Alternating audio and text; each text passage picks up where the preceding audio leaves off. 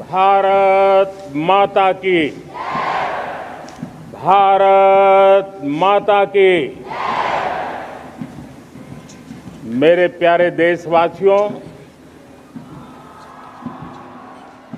मेरे परिवारजन, आज वो शुभ घड़ी है जब हम देश के लिए मर मिटने वाले, देश की आजादी के लिए अपना जीवन समर्पित करने वाले,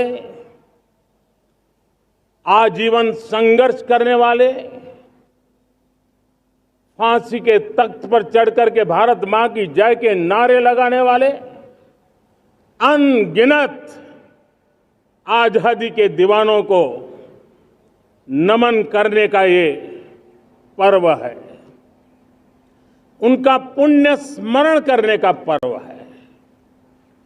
आजादी के दीवानों ने आज हमें आजादी के इस पर्व में स्वतंत्रता की सांस लेने के लिए सौभाग्य दिया है। यह देश उनका ऋणी है। ऐसे हर महापुरुष के प्रति हम अपना श्रद्धा भाव व्यक्त करते हैं। मेरे प्यारे देशवासियों, आज जो महानुभाव राष्ट्र रक्षा के लिए और राष्ट्र निर्माण के लिए पूरी लगन से, पूरी प्रतिबद्धता के साथ देश की रक्षा भी कर रहे हैं, देश को नई ऊंचाई पर ले जाने का प्रयास भी कर रहे हैं।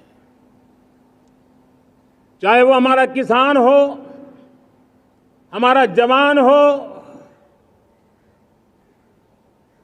हमारे नौजवानों का हौसला हो, हमारी माताओं बहनों का योगदान हो,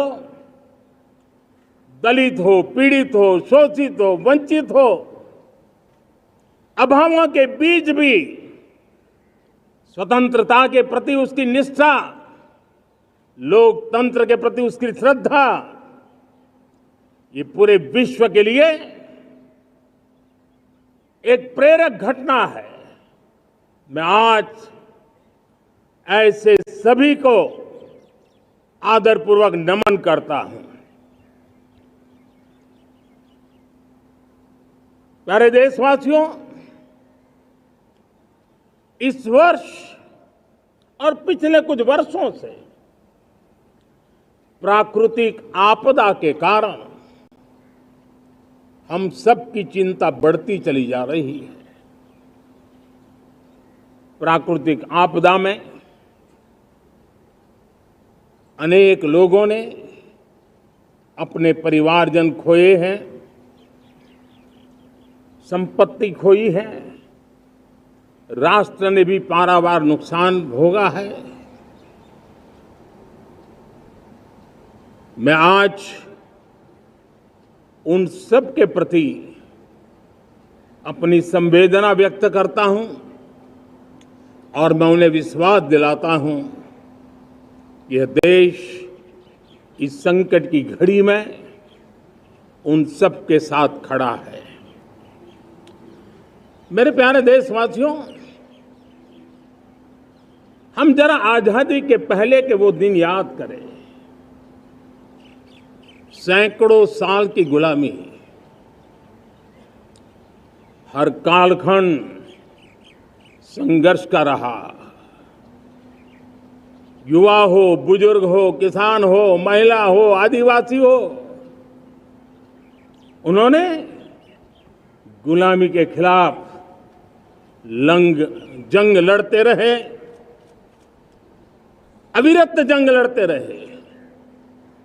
इतिहास गवाह है कि 1857 के स्वतंत्रता संग्राम जिसको हम याद करते हैं, उसके पूर्व भी हमारे देश के कई आदिवासी क्षेत्र थे जहां आजादी का जंग लड़ा जाता था।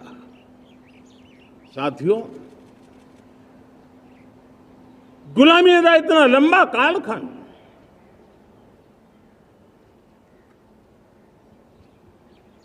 जुल्मी शासक,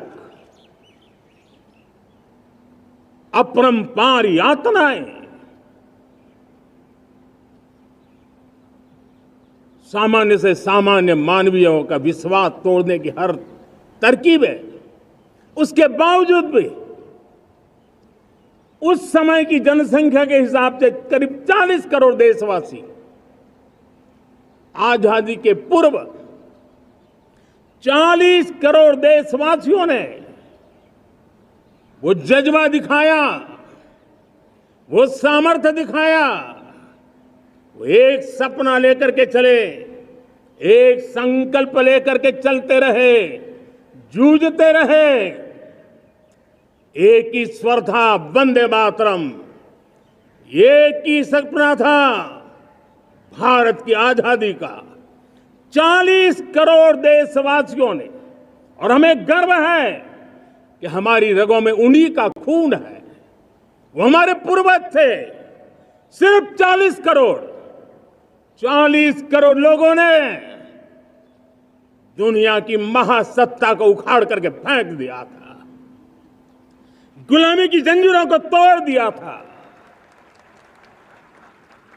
अगर हमारे पूर्वज, जिनका खून हमारी रगों में है, आज हम तो 140 करोड़ है। अगर 40 करोड़ गुलामी की बेड़ियों को तोड़ सकते हैं, अगर 40 करोड़ आजादी के सपने को पूर्ण कर सकते हैं, आजादी लेकर के रह सकते हैं, तो 140 करोड़ देश के मेरे नागरिक, 140 करोड़ मेरे परिवारजन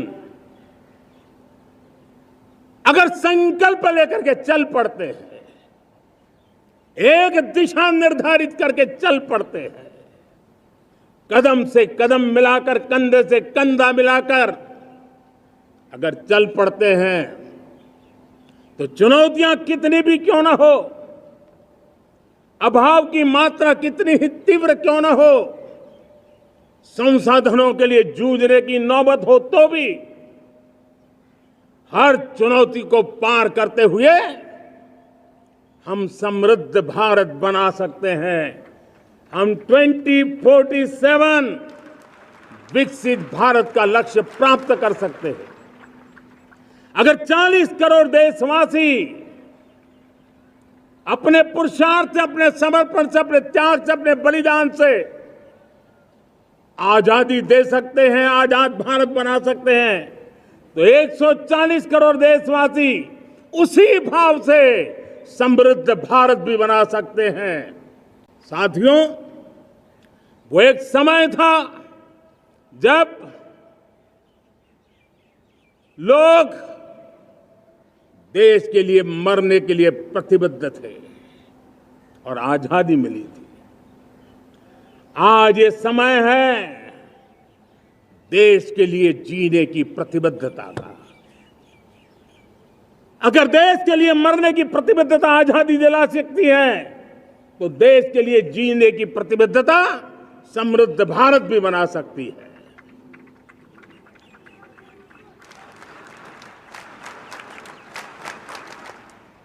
साथियों,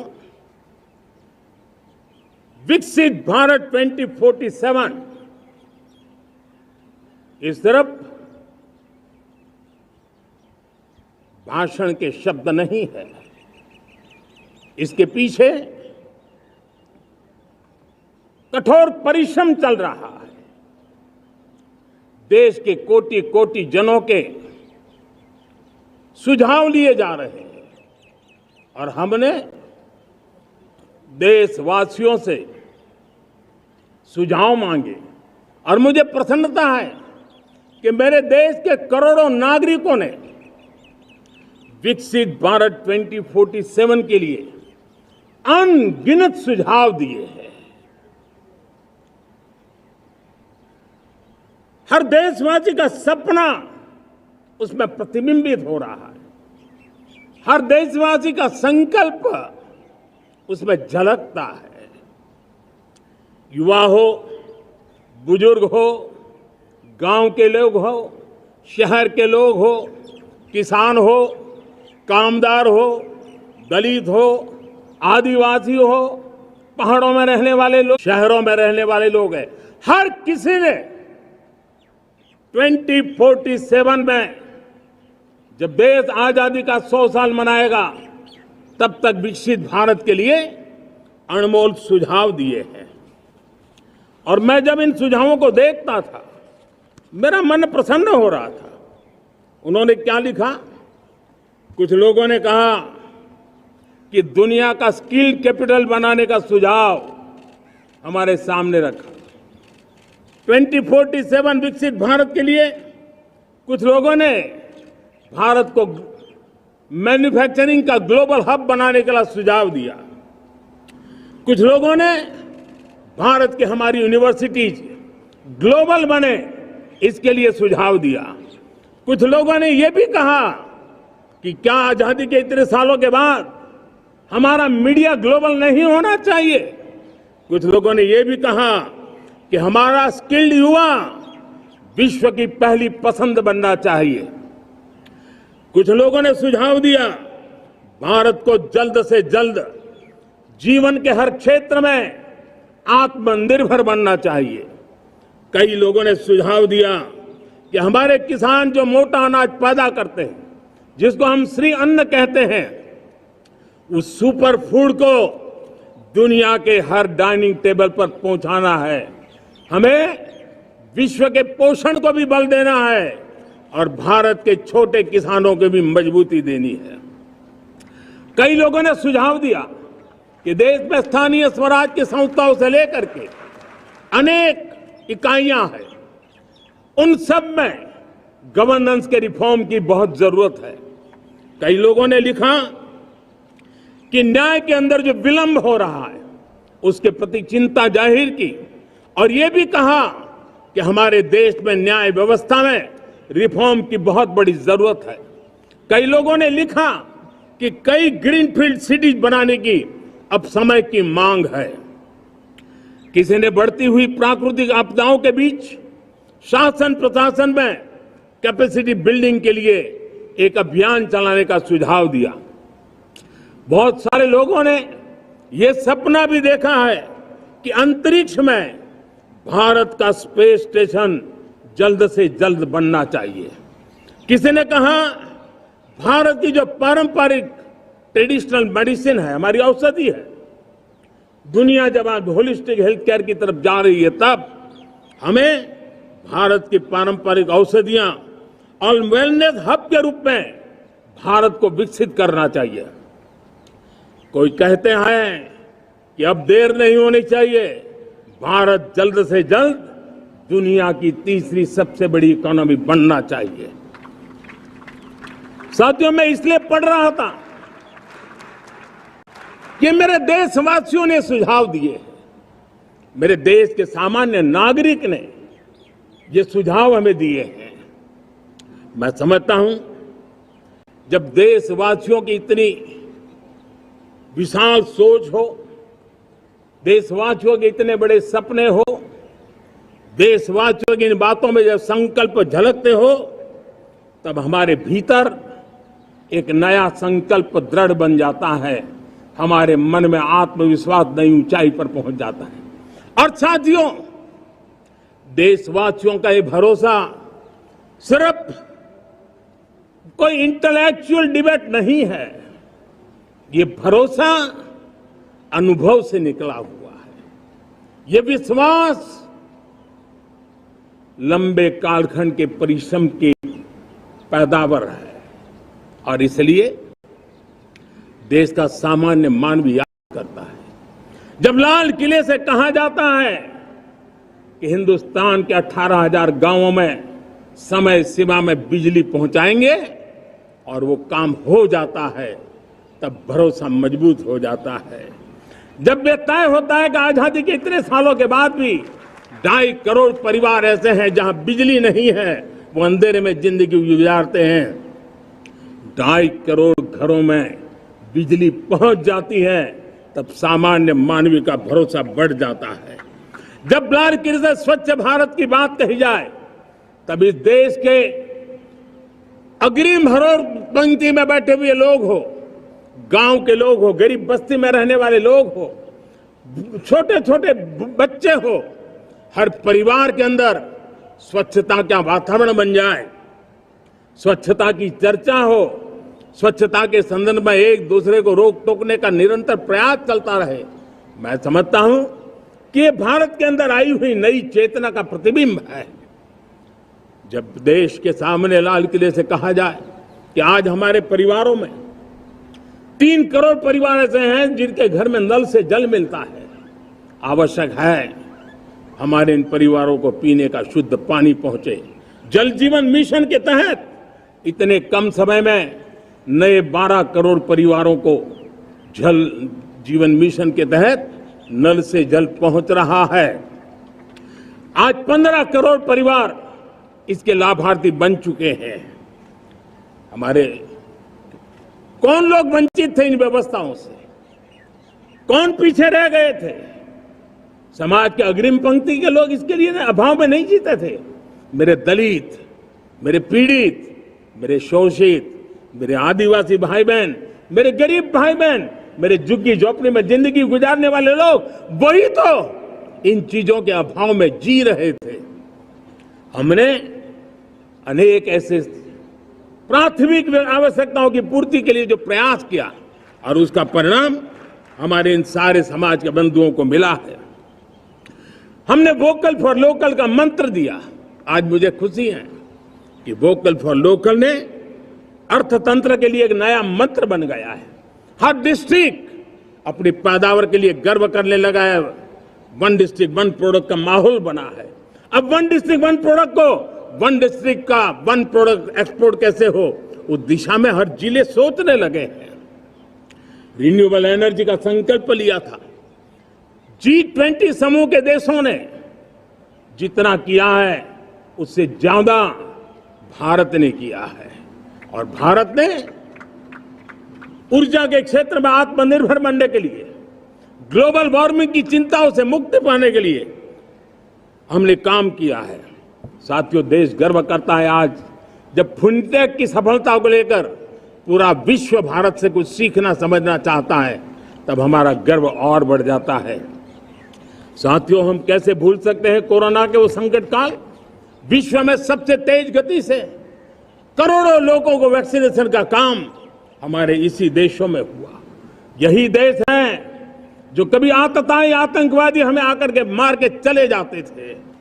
जब देश की सेना सर्जिकल स्ट्राइक करती है, जब देश की सेना एयर स्ट्राइक करती है, तो देश के नौजवानों का सीना ऊंचा हो जाता है, तन जाता है, गर्व से भर जाता है।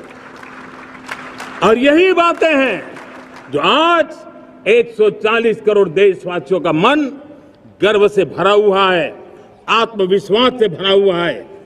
साथियों, इन सारी बातों के लिए एक सुविचारित प्रयास हुआ है। रिफॉर्म की परंपरा को सामर्थ्य दिया गया है, नक्कर तरीकों के, नक्कर लक्ष्य को लेकर के। और जब राजनीतिक नेतृत्व की संकल्प शक्ति हो, दृढ़ विश्वास हो, जब सरकारी मशीनरी उसको लागू करने के लिए समर्पण भाव से जुट जाती है, और जब देश के हर नागरिक उस सपने को पूरा करने के लिए, जन भागीदारी करने के लिए, जन आंदोलन बनाने के लिए आगे आता है, तब हमें निश्चित परिणाम मिलता ही रहता है। मेरे प्यारे देशवासियों, हम ये न भूलें कि इस देश उस परिस्थितियों से भी दशकों तक भी आजादी के बाद समय बिताया है, जब होती है, चलती है, अरे यार ये तो चलेगा, अरे हमें क्या मेहनत करने की जरूरत है, अरे मामला है अगली पीढ़ी दिखेगी, अरे हमको मौका मिला है यार, मौज कर लो, आगे वाला आगे का जाने, हमें क्या करना है, हम अपना समय निकाल दें। अरे नया करने जाओगे कोई बवाल उठ जाए, पता नहीं क्यों देश में स्टेटस को का माहौल बन गया था। जो है उसी से गुजारा कर लो, यही का माहौल बन गया था। और लोग तो कहते हैं अरे भाई छोड़ो, अब कुछ होने वाला नहीं है, चलो, ऐसा ही मन मर गया था। हमें इस मानसिकता को तोड़ना था, हमें विश्वास से भरना था, और हमने उस दिशा में प्रयास किया। कई लोग तो कहते थे अरे भाई अगली पीढ़ी के लिए काम हम अभी से क्यों करें, हम तो आज का देखें। लेकिन देश का सामान्य नागरिक ये नहीं चाहता था, वो बदलाव के इंतजार में था, वो बदलाव चाहता था, उसकी ललक थी, लेकिन उसके सपनों को किसी ने तवज्जो नहीं दी, उसकी आशा आकांक्षाओं को, अपेक्षाओं को तवज्जो नहीं दी गई, और उसके कारण वो मुसीबतों को झेलते हुए गुजारा करता रहा, वो रिफॉर्म्स का इंतजार करता रहा। हमें जिम्मेदारी दी गई और हमने बड़े रिफॉर्म्स जमीन पर उतारे। गरीब हो, मिडिल क्लास हो, हमारे वंचित लोग हो, हमारी बढ़ती जाती शहरी आबादी हो, हमारे नौजवानों के सपने हो, संकल्प हो, आकांक्षाएं हो, उनके जीवन में बदलाव लाने के लिए रिफॉर्म का मार्ग हमने चुना। और मैं देशवासियों को विश्वास दिलाना चाहता हूं, रिफॉर्म के प्रति हमारी जो प्रतिबद्धता है वो पिंक पेपर के एडिटोरियल के लिए सीमित नहीं है। हमारे रिफॉर्म्स की ये प्रतिबद्धता है वो 4 दिन की वाहवाही के लिए नहीं है। हमारी रिफॉर्म्स की प्रक्रिया किसी मजबूरी में नहीं है, देश को मजबूती देने के इरादे से है। और इसलिए मैं आज कह सकता हूं रिफॉर्म का हमारा मार्ग एक प्रकार से ग्रोथ की ब्लूप्रिंट बनी हुई है। ये हमारा रिफॉर्म, ये ग्रोथ, ये बदलाव, ये सिर्फ डिबेट क्लब के लिए, इंटेलेक्चुअल सोसाइटी के लिए, एक्सपर्ट लोगों के लिए सिर्फ चर्चा का विषय नहीं है। साथियों, हमने राजनीतिक मजबूरी के कारण नहीं किया है। हम जो कुछ भी कर रहे हैं वो राजनीति का भागा गुणा करके नहीं सोचते हैं। हमारा एक ही संकल्प होता है, नेशन फर्स्ट, नेशन फर्स्ट, राष्ट्रहित सुप्रीम, ये मेरा भारत महान बने, इसी संकल्प को लेकर के हम कदम उठाते हैं। साथियों, जब रिफॉर्म की बात आती है, एक लंबा परिवेश है। अगर मैं उसकी चर्चा में चला जाऊंगा तो शायद घंटों निकल जाएंगे, लेकिन मैं एक छोटा सा उदाहरण देना चाहता हूं। बैंकिंग क्षेत्र में जो रिफॉर्म हुआ, आप सोचिए बैंकिंग क्षेत्र का क्या हाल था। न विकास होता था, न विस्तार होता था, न विश्वास बढ़ता था। इतना ही नहीं, जिस प्रकार की कारनामे चले उसके कारण हमारे बैंक संकटों से गुजर रहे थे। हमने बैंकिंग सेक्टर को मजबूत बनाने के लिए अनेक विध रिफॉर्म्स किए, और आज उसका कारण हमारी बैंक विश्व में जो इन्हीं गुनी मजबूत बैंक के हैं उसमें भारतीय बैंकों ने अपना स्थान बनाया है। और जब बैंक मजबूत होती है ना, तब फॉर्मल इकोनॉमी की ताकत भी बढ़ती है। जब बैंक की व्यवस्था बन जाती है, जब सामान्य खास करके मध्यम वर्ग के परिवार की जो रिक्वायरमेंट होती है उसको पूरा करने की सबसे बड़ी ताकत बैंकिंग सेक्टर में होती है। अगर उसको होम लोन चाहिए, उसको व्हीकल का लोन चाहिए, मेरे किसान को ट्रैक्टर के लिए लोन चाहिए, मेरे नौजवानों को स्टार्टअप के लिए लोन चाहिए, मेरे नौजवानों को कभी पढ़ने के लिए, एजुकेशन के लिए लोन चाहिए, किसी को विदेश जाने के लिए लोन चाहिए, ये सारी बातें उसे संभव होती है। मुझे तो खुशी है कि मेरे पशुपालक भी, मेरे मछली पालन करने वाले भाई बहन भी आज बैंकों से लाभ ले रहे हैं।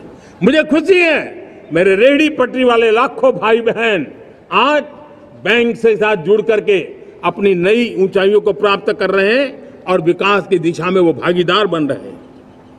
हमारे एमएसएमईज, हमारे लघु उद्योग के लिए तो बैंक एक सबसे बड़ी सहायक होती है। उसको रोजमर्रा पैसों की जरूरत होती है अपने नित्य मर्जी पर प्रगति के लिए, और उस काम को हमारी मजबूत बैंकों के कारण संभव हुआ है। साथियों, दुर्भाग्य से हमारे देश में आजादी तो मिली, लेकिन लोगों को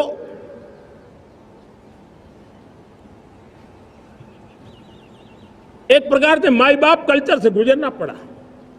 सरकार के पास मांगते रहो, सरकार के पास हाथ फैलाते रहो, किसी की सिफारिश के लिए रास्ते खोजते रहो, वही कल्चर डेवलप हुआ था। आज हमने गवर्नेंस के इस मॉडल को बदला है।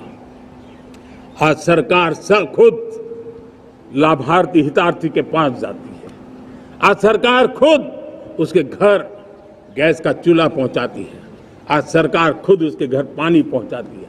आज सरकार खुद उसके घर बिजली पहुंचाती है। आज सरकार खुद उसको आर्थिक मदद दे करके विकास के नए आयामों को सर करने के लिए प्रेरित करती है, प्रोत्साहित करती है। आज सरकार खुद नौजवान के स्किल डेवलपमेंट के लिए अनेकविध कदम उठा रही है। साथियों, बड़े रिफॉर्म्स के लिए हमारी सरकार बहुत ही प्रतिबद्ध है और हम इसी के द्वारा देश में प्रगति की राह को चुनना चाहते हैं। साथियों, देश में नई व्यवस्थाएं बन रही है। देश को आगे ले जाने के लिए अनेकविध नीतियों को, अनेकविध पॉलिसीज को निरंतर बनाया जाए और नए सिस्टम पर देश का भरोसा भी बढ़ता रहता है, निरंतर बढ़ता रहता है। आज जो 20-25 साल का नौजवान है, जो 10 साल पहले जब 12-15 साल की उम्र का नौजवान था, उसने अपनी आंखों के सामने ये बदलाव देखा है। 10 साल के भीतर भीतर उसके सपनों को आकार मिला है, धार मिली है और उसके आत्मविश्वास में एक नई चेतना जगी है और वही देश का एक नया सामर्थ्य के रूप में उभरना है। आज विश्व भर में भारत की साख बढ़ी है, भारत के प्रति देखने का नजरिया बदला है। आज विश्व में युवाओं के लिए संभावनाओं के द्वार खुले हैं। रोजगार के अनगिनत नए अवसर जो शायद आजादी के इतने सालों के बाद भी नहीं आए थे, वो आज उनके दरवाजे पर दस्तक दे रहे हैं। संभावनाएं बढ़ती गई हैं, नए मौके बन रहे हैं। मेरे देश के युवाओं को अब धीरे धीरे चलने का इरादा नहीं है। मेरा देश का नौजवान इंक्रीमेंटल प्रगति में विश्वास नहीं करता। मेरा देश का नौजवान छलांग मारने के मूड में है। वो छलांग मार के नई सिद्धियों को प्राप्त करने के मूड में है। मैं कहना चाहूंगा, भारत के लिए गोल्डन एरा है। वैश्विक परिस्थितियों की तुलना में भी देखें, ये गोल्डन एरा है, ये हमारा स्वर्णिम कालखंड है। मेरे प्यारे देशवासियों, ये अवसर हमें जाने नहीं देना है, ये मौका हमें जाने नहीं देना चाहिए और इसी मौके को पकड़ करके अपने सपने और संकल्पों को लेकर के चल पड़ेंगे तो हम देश की स्वर्णिम भारत की जो अपेक्षा और हमें विकसित भारत का 2047 का लक्ष्य हम पूरा करके रहेंगे। हम सदियों की बेड़ियों को तोड़ करके निकले हैं। आज टूरिज्म का क्षेत्र हो, एमएसएमई का क्षेत्र हो, एजुकेशन हो, हेल्थ सेक्टर हो, ट्रांसपोर्ट सेक्टर हो, खेती और किसानी का सेक्टर हो, हर सेक्टर में एक नया आधुनिक सिस्टम बन रहा है। हम विश्व की बेस्ट प्रैक्टिसेस को भी आगे देख रखते हुए हम हमारे देश की परिस्थितियों के अनुसार आगे बढ़ना चाहते हैं। हर सेक्टर में आधुनिकता की जरूरत है, नएपन की जरूरत है, टेक्नोलॉजी को जोड़ने की जरूरत है और हर सेक्टर में हमारी नई नीतियों के कारण इन सारे क्षेत्रों में एक नया सपोर्ट मिल रहा है, नई ताकत मिल रही है। हमारे सारे अवरोध हटे, हमारी बंदी से दूर हो, हम पूरे सामर्थ्य के साथ चल पड़े, खिल उठे, सपनों को पा करके रहे, सिद्धि को हम अपने निकट देखें, हम आत्मसात करें, उस दिशा में हम चलना है। अब आप देखिए कितना बड़ा बदलाव रहा है। मैं एकदम जमीनी स्तर की बात करूं, विमेन सेल्फ हेल्प ग्रुप आज 10 साल में हमारे 10 करोड़ बहनें विमेन सेल्फ हेल्प ग्रुप में जुड़ी है। 10 करोड़ नई बहनें हैं। हमें गर्व हो रहा है कि हमारे सामान्य परिवार की गांव की 10 करोड़ महिलाएं आर्थिक रूप से आत्मनिर्भर बन रही हैं। और जब महिला आर्थिक रूप से आत्मनिर्भर बनती हैं, तब परिवार की निर्णय प्रक्रिया की हिस्सेदार बनती हैं, एक बहुत बड़ी सामाजिक परिवर्तन की गारंटी लेकर के आती है। मुझे गर्व है इस बात पर, लेकिन साथ साथ मुझे गर्व इस बात का भी है कि हमारे सीईओ आज दुनिया भर के अंदर अपनी धाक जमा रहे हैं। भारत के हमारे सीईओ विश्व भर में अपनी धाक जमा रहे हैं। हमारे लिए खुशी की बात है कि एक तरफ मेरे सीईओ दुनिया भर में नाम कमा रहे हैं, भारत का नाम बढ़ा रहे हैं, तो दूसरी तरफ विमेन सेल्फ हेल्प ग्रुप से 1 करोड़ मेरी सामान्य परिवार की माताएं बहनें लखपति दीदी बनती है। मेरे लिए ये भी उतना ही गर्व की बात है। अब हमने सेल्फ हेल्प ग्रुप को 10 लाख रुपए से 20 लाख रुपए देने का निर्णय किया है। अब तक 9 लाख करोड़ रुपए बैंकों के माध्यम से हमारे इन विमेन सेल्फ हेल्प ग्रुप को मिले हैं, और जिसकी मदद से वो अपने अनेकविध कामों को बढ़ावा रहे हैं। मेरे साथियों, मेरे नौजवान इस तरफ ध्यान दें। स्पेस सेक्टर एक फ्यूचर है हमारे साथ जुड़ा हुआ, एक महत्वपूर्ण पहलू है। हम उस पर भी बल दे रहे हैं। हमने स्पेस सेक्टर में बहुत रिफॉर्म किए हैं। जिन बंधनों में हमने स्पेस सेक्टर को बांध के रखा था, उसे हमने खोल दिया है। आज सैकड़ों स्टार्टअप्स स्पेस के सेक्टर में आ रहे हैं। वाइब्रेंट बनता जाता हमारा स्पेस सेक्टर भारत को एक शक्तिशाली राष्ट्र बनाने का एक महत्वपूर्ण अंग है, और हम इसको दूर की सोच के साथ मजबूती दे रहे हैं। आज private satellite, private rocket launch हो रहे हैं। ये गर्व की बात है। आज मैं कह सकता हूं, जब नीति सही होती है, नियत सही होती है और पूर्ण समर्पण से राष्ट्र का कल्याण यही मंत्र होता है, तो निश्चित परिणाम हम प्राप्त करके रहते हैं। मेरे प्यारे देशवासियों, आज देश में नए अवसर बने, तब मैं कह सकता हूं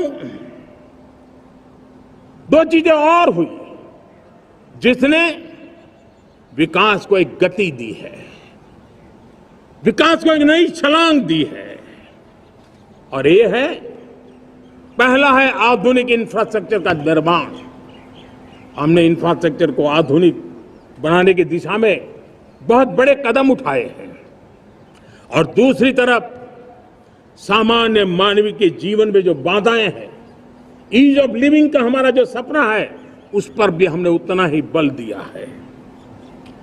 पिछले 1 दशक में अभूतपूर्व इंफ्रास्ट्रक्चर का विकास हुआ है। रेल हो, रोड हो, एयरपोर्ट हो, पोर्ट हो, ब्रॉडबैंड कनेक्टिविटी हो,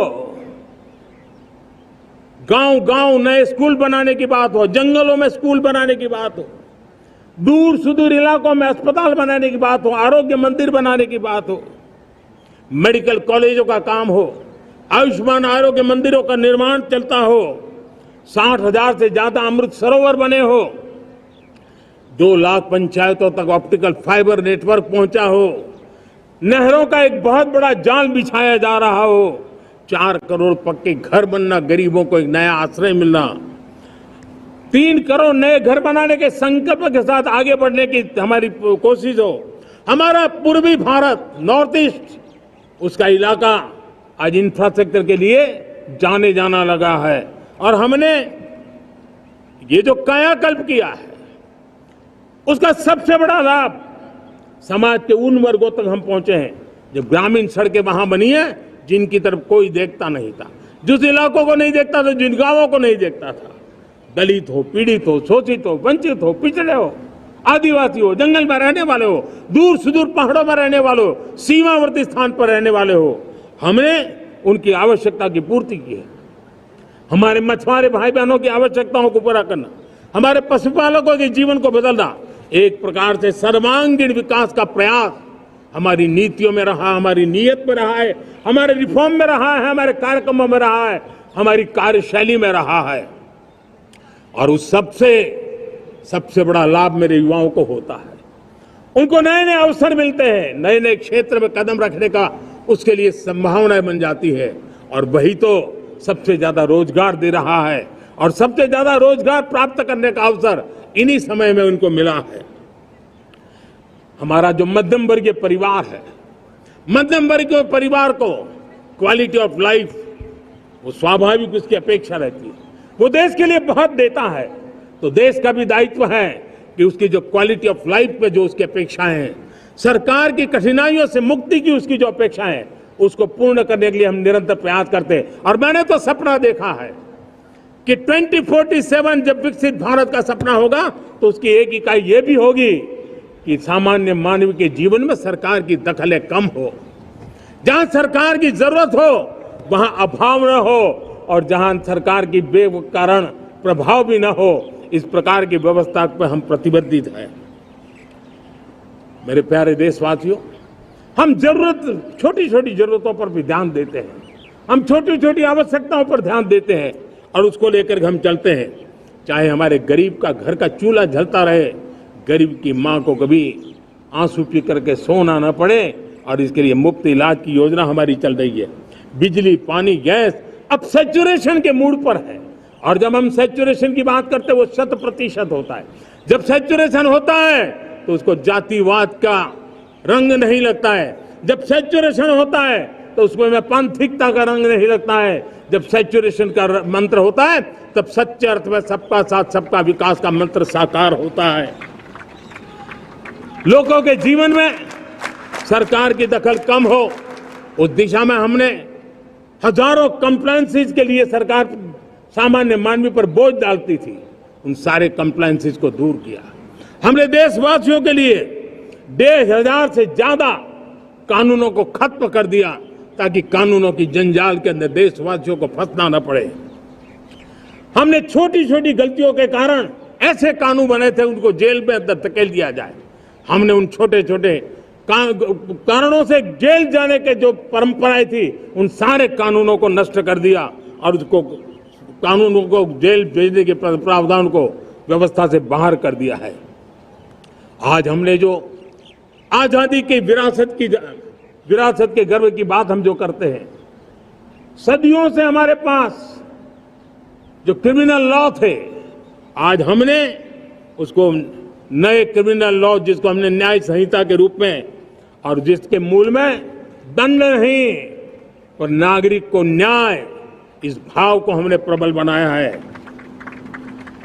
ईज ऑफ लिविंग बनाने के लिए देशव्यापी मिशन में काम कर हर लेवल पर मैं सरकार के प्रतिनिधियों का आह्वान करता हूं।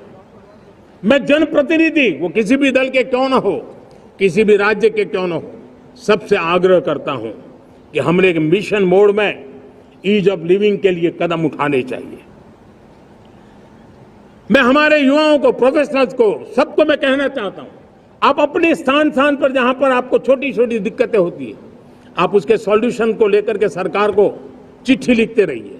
सरकार को बताइए कि बिना कारण की कठिनाई आए उसको दूर करने से कोई नुकसान नहीं है। मैं पक्का मानता हूं आज सरकारें संवेदनशील हैं। हर सरकार, स्थानीय स्वराज्य की संस्था होगी या राज्य सरकार होगी या केंद्र सरकार होगी, उसको तवज्जो देगी। गवर्नेंस में रिफॉर्म्स, ये हमें विकसित भारत 2047 के सपने के लिए हमने उसको जोर लगा करके आगे बढ़ाना होगा, ताकि सामान्य मानवी के जीवन में अवकाश ही अवकाश पैदा हो, रुकावटें खत्म होती चली जाए। नागरिकों का डिग्निटी ऑफ सिटीजन, नागरिकों के जीवन में सम्मान मिले। डिलीवरी के संबंध में कभी किसी को ये कहने की नौबत ना आया कि ये तो मेरा हक था कि मुझे मिला नहीं, उसको खोजना ना पड़े। सरकार के गवर्नेंस में डिलीवरी सिस्टम को और मजबूती चाहिए। आप देखिए, देश में जब हम रिफॉर्म की बात करते हैं, आज देश में करीब 3 लाख संस्थाएं काम कर रही है, चाहे पंचायत हो, नगर पंचायत हो, नगर पालिका हो, महानगर पालिका हो, यूटी हो, स्टेट हो, डिस्ट्रिक्ट हो, केंद्र, छोटी मोटी 3 लाख करीब करीब इकाइयां हैं। अगर ये हमारे 3 लाख इकाइयों को मैं आज आह्वान करता हूं कि अगर आप साल में अपने स्तर पर जिन चीजों की जरूरत है सामान्य मानव के लिए 2 रिफॉर्म करें, ज्यादा नहीं कह रहा हूं मेरे साथियों, एक पंचायत हो, एक राज्य सरकार हो, कोई विभाग हो, सिर्फ 1 साल में 2 रिफॉर्म और उसको जमीन पर उतारें। आप देखिए, हम देखते ही देखते 1 साल में करीब करीब 25-30 लाख रिफॉर्म कर सकते हैं। जब 25-30 लाख रिफॉर्म हो जाए तब सामान्य मानवीय का विश्वास कितना बढ़ जाएगा, उसकी शक्ति राष्ट्र को नई ऊंचाई पर ले जाने में कितनी काम आएगी। और इसलिए हम अपने स्तर पर होती है चलती से मुक्ति पाकर के बदलावों के लिए आगे आए, हिम्मत के साथ आगे आए। और सामान्य मानवीय की जरूरत, छोटी छोटी जरूरत होती है, पंचायत लेवल पर भी वो मुसीबतें झेल रहा है, उन मुसीबतों से हम मुक्ति दिलाएं तो मुझे पक्का विश्वास है कि हम सपनों को पार कर सकते हैं। मेरे प्यारे देशवासियों, आज देश आकांक्षाओं से भरा हुआ है। हमारे देश का नौजवान नई सिद्धियों को चूमना चाहता है, नए नए शिखरों पर वो कदम रखना चाहता है और इसलिए हमारी कोशिश है हर सेक्टर में कार्य को हम गति दें, तेज गति दें और उसके द्वारा पहले हम हर सेक्टर में नए अवसर पैदा करें। दूसरा, ये बदलती हुई व्यवस्थाओं के लिए जो सपोर्टिव इंफ्रास्ट्रक्चर चाहिए, उन इंफ्रास्ट्रक्चर पर हम बदलाव के मजबूती देने की दिशा में काम करें। और तीसरी बात है, नागरिकों की मूलभूत सुविधाओं के विषय में हम प्राथमिकता दें, उसको बल दें। इन तीनों भारत में एक एस्पिरेशनल सोसाइटी का निर्माण किया है और उसके परिणाम स्वरूप आज समाज खुद एक विश्वास से भरा हुआ है। हमारे देशवासियों की आकांक्षा है, उनके एस्पिरेशंस, हमारे नौजवानों की ऊर्जा, हमारे देश के सामर्थ्य के साथ जोड़ करके हम आगे बढ़ने की एक ललक लेकर के चल रहे हैं। मुझे विश्वास है रोजगार और स्वरोजगार नए रिकॉर्ड के अवसर पर हम काम किया है। प्रति व्यक्ति आज आय दोगुनी करने में हम सफल हुए हैं। ग्लोबल ग्रोथ में भारत का योगदान बड़ा है। भारत का एक्सपोर्ट लगातार बढ़ रहा है। विदेशी मुद्रा भंडार लगातार बढ़ा हुआ है, पहले से 2 गुना पहुंचा है। ग्लोबल संस्थानों का भारत के प्रति भरोसा बढ़ा है। मुझे विश्वास है भारत की दिशा सही है, भारत की गति तेज है और भारत के सपनों में सामर्थ्य है। लेकिन इन सबके साथ संवेदनशीलता का हमारा मार्ग हमारे लिए ऊर्जा में एक नई चेतना भरता है। मम भाव हमारे कार्य की शैली है। समभाव भी चाहिए, मम भाव भी चाहिए, उसको लेकर के हम चल रहे हैं। साथियों, मैं जब कोरोना काल को याद करता हूं, कोरोना की वैश्विक महामारी के बीच सबसे तेजी से इकोनॉमी को बेहतर बनाने वाला कोई देश है तो वो देश भारत है। तब लगता है कि हमारी दिशा सही है। जब जात पात मत पंथ ऊपर उठकर हर घर तिरंगा फहराया जाता है, तब लगता है देश की दिशा सही है। आज पूरा देश तिरंगा है, हर घर तिरंगा है। न कोई जात है, न कोई पात है, न कोई ऊंच है, न कोई नीच है, सभी भारतीय है। यही तो हमारी दिशा की ताकत है। जब हम 25 करोड़ लोगों को गरीबी से बाहर निकालते हैं, तब हमारा विश्वास पक्का हो जाता है कि हमने गति को बराबर मेंटेन किया है और सपनों को साकार करना अब दूर नहीं है। जब 100 से अधिक आकांक्षी जिले अपने अपने राज्य के अच्छे जिलों की स्पर्धा कर रहे हैं, बराबरी करने लगे हैं, तो हमें लगता है कि हमारी दिशा और गति दोनों सामर्थ्यवान है।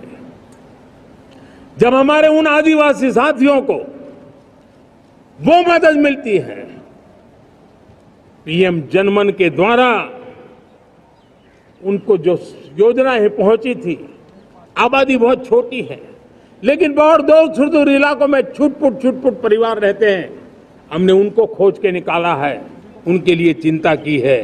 तब लगता है कि संवेदनशीलता से जब काम करते हैं तब संतोष कितना मिलता है।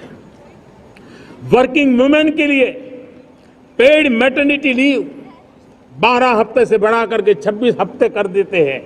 तब सिर्फ नारी का सम्मान ही करते इतना नहीं है, नारी के प्रति संवेदनशील भाव से निर्णय करते इतना नहीं, लेकिन उसके गोद में जो बच्चा पला है ना, उसको एक उत्तम नागरिक बनाने के लिए माँ की जो जरूरत है उसमें सरकार रुकावट न बने, इस संवेदनशील भावना से उस निर्णय को हम करते हैं।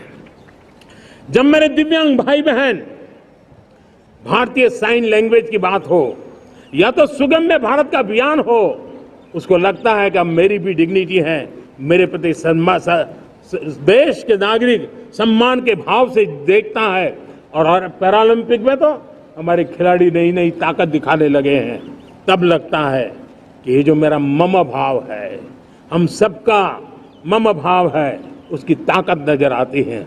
हमारे ट्रांसजेंडर समाज के प्रति हम जिस संवेदना के साथ निर्णय बना रहे हैं, हम नए नए कानून बना रहे हैं, उनको सम्मान का जीवन देने के लिए हम प्रयास कर रहे हैं, तब बदलाव की हमारी दिशा सही दिखता है। सेवा भाव से किए गए इन कामों का, जो त्रिविध मार्गों से हम चले हुए, इन कामों का एक सीधा सीधा लाभ आज उसके परिणाम के रूप में हमें नजर आ रहा है। 60 साल बाद लगातार तीसरी बार आपने हमें देश सेवा का मौका दिया है। मेरे 140 करोड़ देशवासी, आपने जो आशीर्वाद दिए हैं, उस आशीर्वाद में मेरे लिए एक ही संदेश है, जन जन की सेवा, हर परिवार की सेवा, हर क्षेत्र की सेवा, और सेवा भाव से समाज की शक्ति को साथ लेकर के विकास की नई ऊंचाइयों पर पहुंचना। 2047 विकसित भारत के सपने को लेकर के चलना, उसी एक संदेश को लेकर मैं आज लाल किले की प्राचीर से हमें आशीर्वाद देने के लिए मैं कोटि कोटि देशवासियों का सर झुका करके आभार व्यक्त करता हूं। मैं उनके प्रति नतमस्तक होता हूं और मैं उनको विश्वास दिलाता हूं कि हमें नई ऊंचाइयों को नए जोश के साथ आगे बढ़ना है। हमें सिर्फ जो हो गया है वो संतोष मान करके बैठने वाले हम लोग नहीं हैं, वो हमारे संस्कार में नहीं है। हम कुछ और करने के लिए, कुछ और आगे बढ़ने के लिए और कुछ और नई ऊंचाइयों को पार करने के लिए हम आगे बढ़ना चाहते हैं। विकास को, समृद्धि को, सपनों को साकार करने को, संकल्प को लिए जीवन खपाने को हम अपना स्वभाव बनाना चाहते हैं, देशवासियों का स्वभाव बनाना चाहते हैं। मेरे प्यारे देशवासियों, आज नई शिक्षा नीति बहुतेक मात्राओं में कई राज्यों ने उसको अच्छा इनिशिएटिव लिए हैं और उसके कारण आज एक 21वीं सदी के अनुरूप हमारी शिक्षा व्यवस्था को जो हम बल देना चाहते हैं और विकसित भारत के सपने के लिए जिस प्रकार से मानव समूह तैयार करना चाहते हैं, नई शिक्षा नीति बहुत बड़ी भूमिका अदा। मैं नहीं चाहता हूं कि मेरे देश के नौजवानों को अब विदेशों में पढ़ने के लिए मजबूर होना पड़े। मध्यम वर्गीय परिवार के लाखों करोड़ों रुपया बच्चों को विदेश पढ़ने के लिए भेजने में खर्च हो जाए। हम यहाँ ऐसी शिक्षा व्यवस्था का विकसित करना चाहते हैं कि मेरे देश के नौजवानों को विदेश जाना न पड़े, मेरे मध्यम वर्गीय परिवारों को लाखों करोड़ रुपया खर्च करना न पड़े। इतना ही नहीं, ऐसे संस्थान निर्माण हो ताकि विदेशों से लोग भारत के अंदर उनका मुंह मोड़े। अभी अभी हमने बिहार का हमारा गौरवप्रद इतिहास रहा है, नालंदा यूनिवर्सिटी का पुनर्निर्माण किया है। फिर से एक बार नालंदा यूनिवर्सिटी काम करना शुरू कर दिया है।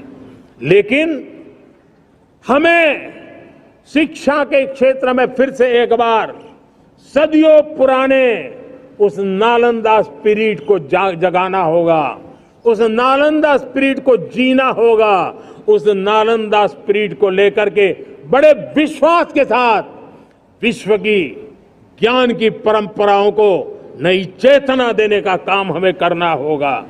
मुझे पक्का विश्वास है कि नई शिक्षा नीति ने मातृभाषा पर बल दिया है। मैं राज्य सरकारों से कहूंगा, मैं देश की सभी संस्थानों से कहूंगा कि भाषा के कारण हमारे देश की टैलेंट को रुकावट नहीं आनी चाहिए, भाषा अवरुद्ध नहीं होनी चाहिए। मातृभाषा का सामर्थ्य हमारे देश के छोटे छोटे गरीब से गरीब मां के बेटे को भी सपने पूरा करने का ताकत देता है। और इसलिए हमने हमारी मातृभाषा में पढ़ाई, जीवन में मातृभाषा का स्थान, परिवार में मातृभाषा का स्थान, उसकी ओर हमें बल देना होगा। मेरे प्यारे देशवासियों, जिस प्रकार से आज विश्व का बदलाव नजर आ रहा है और तब जाकर के स्किल का महत्व बहुत बढ़ गया है और हम स्किल को और नई एक ताकत देना चाहते हैं। हम इंडस्ट्री 4.0 को ध्यान में रख करके हम स्किल डेवलपमेंट चाहते हैं। हम जीवन के हर क्षेत्र में, हम एग्रीकल्चर सेक्टर में भी कैपेसिटी बिल्डिंग करके के लिए स्किल डेवलपमेंट चाहते हैं। हम तो हमारा सफाई का क्षेत्र हो, उसमें भी एक नए स्किल डेवलपमेंट की ओर बल देना चाहते हैं। और हम स्किल इंडिया प्रोग्राम को बहुत व्यापक रूप से इस बार लेकर के आए हैं। बजट में भी इसका बहुत बड़ा, इस बजट में इंटर्नशिप को भी हमने बल दिया है ताकि हमारे नौजवानों को एक एक्सपीरियंस मिले, उनकी कैपेसिटी बिल्डिंग हो और बाजार में उनका ताकत दिखाई दे। उस प्रकार से मैं स्किल युवाओं को तैयार करना चाहता हूं। और इसलिए कई बार, और दोस्तों, आज विश्व की परिस्थिति को देखते हुए मैं साफ साफ देख रहा हूं कि भारत का स्किल्ड मैन पावर जो है, हमारा स्किलफुल जो नौजवान है, वो ग्लोबल जॉब मार्केट में अपनी दमक बनाए। हम उस सपने को लेकर के आगे चल रहे हैं। साथियों, विश्व जिस तेजी से बदल रहा है, जीवन के हर क्षेत्र में साइंस और टेक्नोलॉजी का महत्व बढ़ता चला जाने वाला है। हमें साइंस को बहुत बढ़ देने की आवश्यकता है। और मैंने देखा, चंद्रयान की सफलता के बाद हमारे स्कूल कॉलेज के अंदर साइंस और टेक्नोलॉजी के प्रति एक नई रुचि का वातावरण बना है, नई दिलचस्पी बढ़ी है। तब हमारे शिक्षा संस्थानों ने ये जो मनोभाव बना है, उसको नर्चर करने के लिए आगे आना होगा। भारत सरकार ने भी रिसर्च के लिए सपोर्ट बढ़ा दिया है। हमने ज्यादा से ज्यादा चेयर स्थापित किए हैं। हमने नेशनल रिसर्च फाउंडेशन बना करके हमने उसको एक कानूनी परिवेश में ला करके स्थायी रूप से एक व्यवस्था विकसित की है ताकि रिसर्च को लेकर के निरंतर बल मिले और ये रिसर्च फाउंडेशन उस काम को करे। मेरे बड़े गर्व की बात है कि बजट में हमने 1 लाख करोड़ रुपया रिसर्च और इनोवेशन के लिए हमने देने का निर्णय किया है ताकि हमारे देश के नौजवान के पास जो आइडियाज है, उस आइडियाज को हम जमीन पर उतार पाए। साथियों, आज भी हमारे देश में मेडिकल एजुकेशन के लिए हमारे बच्चे बाहर जा रहे हैं। वैसा कहा मैंने, वो ज्यादातर मध्यम वर्गीय परिवार के, उनके लाखों करोड़ों रुपए खर्च हो जाते हैं। और तब जाकर के हमने पिछले 10 साल में मेडिकल सीटों को करीब करीब 1 लाख कर दिया। आज मैं करीब करीब 25,000 युवा हर साल विदेश में मेडिकल एजुकेशन के लिए जाते हैं, और ऐसे ऐसे देश में जाना पड़ रहा है, कभी कभी तो मैं सुनता हूं तो हैरान हो जाता हूं। और इसलिए हमने तय किया है कि अगले 5 साल में मेडिकल लाइन में 75,000 नई सीटें बनाई जाएगी। मेरे प्यारे देशवासियों, विकसित भारत 2047 वो स्वस्थ भारत भी होना चाहिए, और जब स्वस्थ भारत हो तो आज जो बच्चे हैं उनके पोषण पर आज से ही ध्यान देने की जरूरत है। और इसलिए हमने विकसित भारत की जो पहली पीढ़ी है उनकी तरफ विशेष ध्यान दे करके हमने पोषण का एक अभियान चला है। हमने राष्ट्रीय पोषण मिशन शुरू किया है, पोषण को हमने प्राथमिकता दी है। मेरे प्यारे देशवासियों, हमारी कृषि व्यवस्था को ट्रांसफॉर्म करना बहुत जरूरी है, समय की मांग है। हम सदियों से जिस परंपरा में दबे हुए हैं, जकड़े हुए हैं, उससे मुक्ति पानी होगी, और हमारे किसानों को उसके लिए हम मदद भी दे रहे हैं। हम उसको ट्रांसफॉर्म करने की दिशा में लगातार काम करते आए हैं। आज आसान ऋण दे रहे हैं किसानों को, टेक्नोलॉजी की मदद दे रहे हैं। किसान जो पैदावार करता है उसको वैल्यू एडिशन के लिए हम काम कर रहे हैं, उसके लिए मार्केटिंग के लिए पूरा प्रबंध करते हैं, ताकि उसको एंड टू एंड हर जगह पे हैंड होल्डिंग की व्यवस्था हो, उस दिशा में हम काम कर रहे हैं। आज जब धरती माता के प्रति सारा विश्व चिंतित है, जिस प्रकार से उर्वरक के कारण हमारी धरती माता की शहद दिनों दिन बिगड़ता जा रही है, हमारी धरती माता की उत्पादकता क्षमता खत्म होती चली जा रही है, कम होती चली जा रही है, और उस समय मैं मेरे देश के लाखों किसानों का आभार व्यक्त करना चाहता हूं, जिन्होंने प्राकृतिक खेती का रास्ता चुना है और हमारी धरती माता की सेवा करने का भी उन्होंने बीड़ा उठाया है। और इस बार बजट में भी हमने प्राकृतिक खेती को बल देने के लिए बहुत बड़ी योजनाओं के साथ बहुत बड़ा बजट में प्रावधान किया है। मेरे प्यारे देशवासियों, आज दुनिया की स्थिति में देखता हूं, पूरा विश्व होलिस्टिक हेल्थ केयर की तरफ मुड़ रहा है, और तब उनको ऑर्गेनिक फूड ये उनकी प्रथम पसंद बनी है। आज विश्व के लिए ऑर्गेनिक फूड का अगर कोई फूड बास्केट बन सकता है तो मेरे देश का किसान बना सकता है, मेरा देश बन सकता है। और इसलिए हम आने वाले दिनों में उस सपने को लेकर के आगे चलना चाहते हैं, ताकि ऑर्गेनिक फूड की जो विश्व की मांग है, उस ऑर्गेनिक फूड का बास्केट हमारा देश कैसे बने, किसानों का जीवन आसान बने, गांव में टॉप क्लास इंटरनेट कनेक्टिविटी मिले, किसानों को स्वास्थ्य सुविधाएं मिले, किसान के बच्चों को पढ़ने के लिए स्मार्ट स्कूल अवेलेबल हो, किसान के बच्चों को रोजगार उपलब्ध हो। छोटे छोटे खेती के टुकड़ों पर पूरा परिवार आज जीना बड़ा मुश्किल हो रहा है, तब उनके नौजवानों के लिए वो स्किल मिले, ताकि उनके नए रोजगार मिले, नए आय के साधन बने। इसका एक कॉम्प्रिहेंसिव प्रयास हम कर रहे हैं।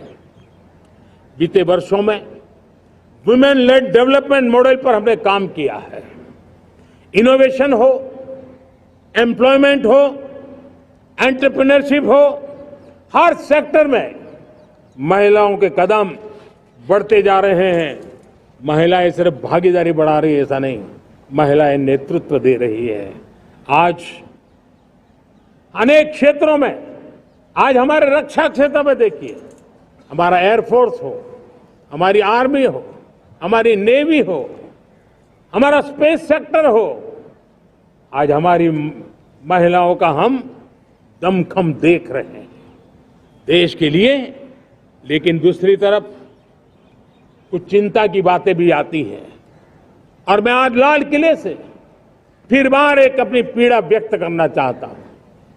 एक समाज के नाते हमें गंभीरता से सोचना होगा कि हमारी माताओं, बहनों, बेटियों के प्रति जो अत्याचार हो रहे हैं, उसके प्रति देश का आक्रोश है, जन सामान्य का आक्रोश है। इस आक्रोश को मैं महसूस कर रहा हूं। इसको देश को, समाज को, हमारी राज्य सरकारों को गंभीरता से लेना होगा। महिलाओं के विरुद्ध अपराधों की जल्द से जल्द जांच हो, राक्षसी कृत्य करने वालों को जल्द से जल्द कड़ी सजा हो, वो समाज में विश्वास पैदा करने के लिए जरूरी है। मैं ये भी बताना चाहूंगा कि जब बलात्कार की या महिलाओं पर अत्याचार की घटनाएं घटती हैं तो उसकी बहुत चर्चा होती है, बहुत प्रचार होता है, मीडिया में छाया रहता है। लेकिन जब ऐसे राक्षसी मनोवृत्ति व्यक्ति को सजा होती है तो वो खबरों में कहीं नजर नहीं आती है, कोने में कहीं पड़ा रहता है। अब समय की मांग है कि जिनको सजा होती है उसकी व्यापक चर्चा हो, ताकि ऐसा पाप करने वालों को भी डर पैदा हो कि ये पाप करने की हालत ये होती है कि फांसी पर लटकना पड़ता है। और मुझे लगता है कि ये डर पैदा करना बहुत जरूरी है। मेरे प्यारे देशवासियों, हमारे देश में ऐसी एक आदत बन गई थी स्वभाव से, हम देश को कम आंकना, देश के प्रति गौरव के भाव का अभाव होना, ये पता नहीं क्यों हमारे जहन में घुस गया था। और हम तो कभी कभी तो लेट आए तो कहते थे इंडियन टाइम, शर्म के साथ हम बोल देते थे। देश को इन चीजों से हमने बाहर लाने में सफलता पाई है। किसी जमाने में कहा जाता, अरे खिलौने भी बाहर से आते थे, वो दिन देखे हमने।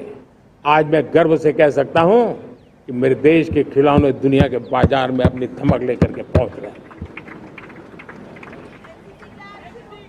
खिलौने हमारे एक्सपोर्ट होने शुरू हुए। तो एक जमाना था हम मोबाइल फोन इंपोर्ट करते थे, आज मोबाइल फोन का मैन्युफैक्चरिंग का इकोसिस्टम बना है, एक बहुत बड़ा हब बना है, और आज हम मोबाइल फोन दुनिया में एक्सपोर्ट करने लगे हैं। ये भारत की ताकत है। साथियों, भविष्य के साथ सेमीकंडक्टर जुड़ा हुआ है, आधुनिक टेक्नोलॉजी जुड़ी हुई है, एआई जुड़ा हुआ है। हमने सेमीकंडक्टर मिशन पर काम शुरू किया है। हर उपकरण में मेड इन इंडिया चिप क्यों न हो, क्यों ये सपना मेरे देश का नौजवान देखे। टैलेंट यहाँ है, सारे इस प्रकार के रिसर्च काम हिंदुस्तान में होते हैं, तो अब प्रोडक्शन भी हिंदुस्तान में होगा, सेमीकंडक्टर का काम भी हिंदुस्तान में होगा, और हम एंड टू एंड सॉल्यूशन दुनिया को देने की ताकत रखते हैं, और हम उसको साथियों, एक जमाना हमने देखा है 2G के लिए हम कैसा संघर्ष करते थे। आज हर उपकरण में हम देख रहे हैं, हम तेजी से आगे बढ़े। और 5G जिस तेजी से पूरे देश में रोल आउट हुआ, हिंदुस्तान के करीब करीब सभी क्षेत्रों में 5G पहुंच गया। वो विश्व में तेज गति से 5G पहुंचाने में हम आगे रहे। और देश साथियों, मैंने कहा हम रुकने वाले नहीं हैं। 5G पे रुक जाना हमें मंजूर नहीं है। हम 6G पर अभी से मिशन मोड में काम कर रहे हैं, और विश्व में हम उसमें भी अपनी धमक जमाएंगे, ये मैं विश्वास से कहता हूं। मेरे प्यारे साथियों, डिफेंस सेक्टर, हमारी आदत हो गई थी, डिफेंस बजट कितना ही क्यों न हो, लेकिन कभी कोई सोचता नहीं था कि डिफेंस बजट बढ़ा तो जाता कहां है। डिफेंस बजट विदेशों से खरीदी में चला जाता था। अब हम चाहते हैं हम आत्मनिर्भर बने, और मैं हमारी डिफेंस फोर्सेस का हृदय से धन्यवाद करता हूं। उन्होंने हजारों ऐसी चीजें लिस्ट कर दी है।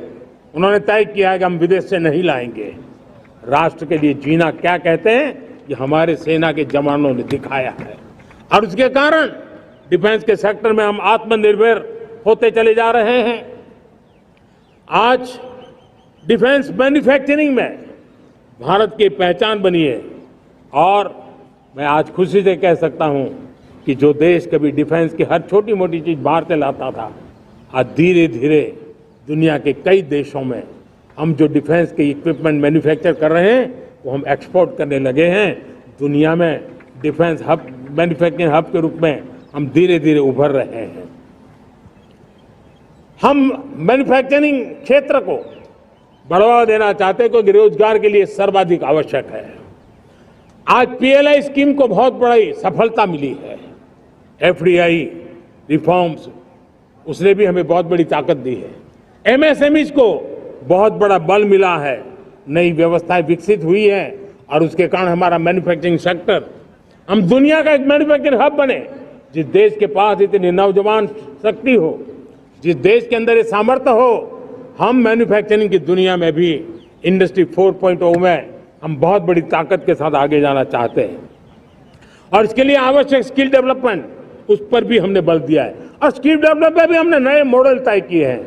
हमने जन भागीदारी को जोड़ा है ताकि तुरंत रिक्वायरमेंट के अनुसार स्किल डेवलपमेंट हम कर सके। और मुझे विश्वास है, मैं लाल किले की प्राचीर से कह रहा हूं, वो दिन दूर नहीं होगा जो भारत इंडस्ट्रियल मैन्युफैक्चरिंग का हब होगा, दुनिया उसकी तरफ देखती होगी। आज विश्व की बहुत बड़ी कंपनियां भारत में निवेश करना चाहती हैं। ये चुनाव के बाद मैंने देखा, मेरे तीसरे कार्यकाल में जितने लोग मुझसे मिलने के लिए मांग कर रहे हैं वो ज्यादातर निवेशक लोग हैं, विश्व भर के निवेशक हैं। वो आना चाहते हैं, भारत में निवेश करना चाहते हैं। ये एक बहुत बड़ा गोल्डन अपॉर्चुनिटी है। मैं राज्य सरकारों से आग्रह करता हूं कि आप निवेशकों को आकर्षित करने के लिए स्पष्ट नीति निर्धारित कीजिए, गुड गवर्नेंस का आश्वासन दीजिए, लॉ एंड ऑर्डर सिचुएशन के लिए उनको भरोसा दीजिए। हर राज्य एक तंदुरुस्त स्पर्धा में आगे आए।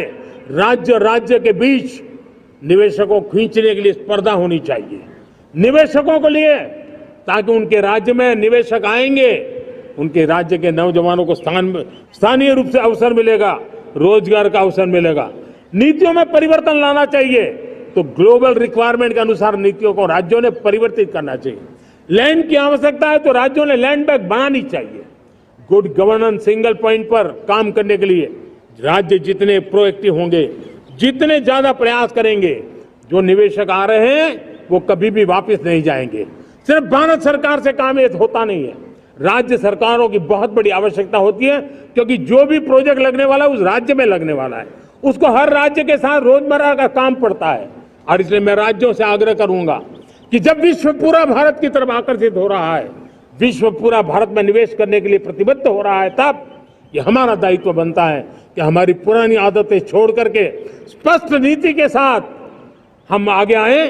देखिए, आपको परिणाम अपने राज्य में दिखाई देगा और आपका राज्य भी चमक उठेगा, ये मैं आपको विश्वास देता हूं। साथियों, भारत अपनी बेस्ट क्वालिटी के लिए पहचानी जाए, ये बहुत जरूरी है।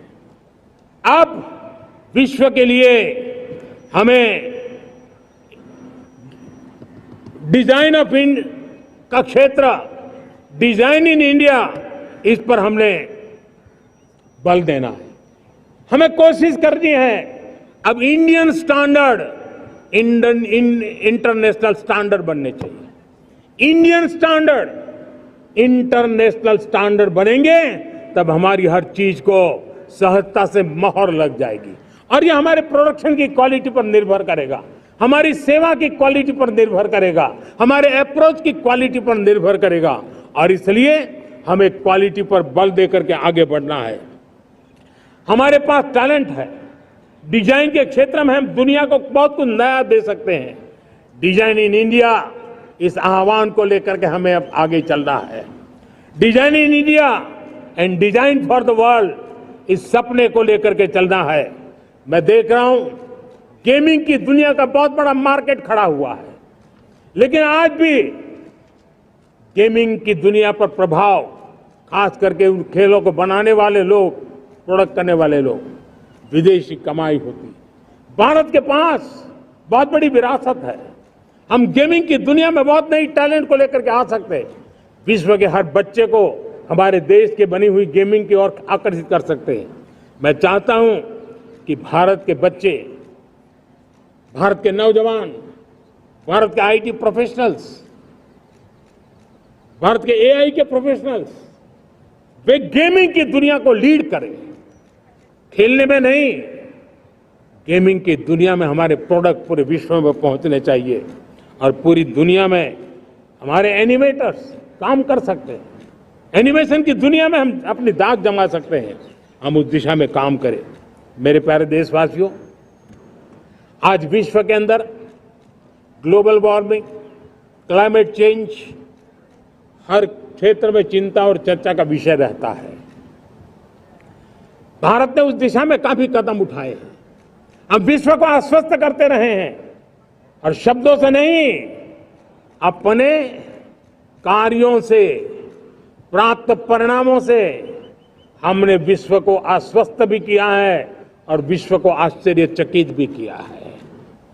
हम ही हैं जिन्होंने सिंगल यूज प्लास्टिक पर प्रतिबंध लगाया है। हमने रिन्यूएबल एनर्जी पर विस्तार किया है। हमने रिन्यूएबल एनर्जी को एक नई ताकत दी है। आने वाले कुछ वर्षों में हम नेट जीरो फ्यूचर की ओर आगे बढ़ रहे हैं। मुझे याद है पेरिस अकॉर्ड में जिन देशों ने अपने लक्ष्य निर्धारित किए थे, आज मैं लाल किले की प्राचीर से मेरे देशवासियों की ताकत दुनिया को बताना चाहता हूं। G20 देश के समूह जो नहीं कर पाए, वो मेरे देश के नागरिकों ने करके दिखाया है। मेरे देशवासियों ने करके दिखाया है। हिंदुस्तान ने करके दिखाया है। पेरिस अकॉर्ड के अंदर जो टारगेट हमने तय किए थे, उन टारगेट को समय से पहले पूरा करने वाला G20 देशों के समूह में अगर कोई है तो एकमात्र मेरा हिंदुस्तान है, एकमात्र मेरा भारत है। और इसलिए गर्व होता है साथियों। रिन्यूएबल एनर्जी के टारगेट हमने पूरे, हम 2030 तक रिन्यूएबल एनर्जी को 500 गीगावाट तक ले जाने के लिए मकसद से काम। आप कल्पना कर सकते हैं कि कितना बड़ा लक्ष्य है।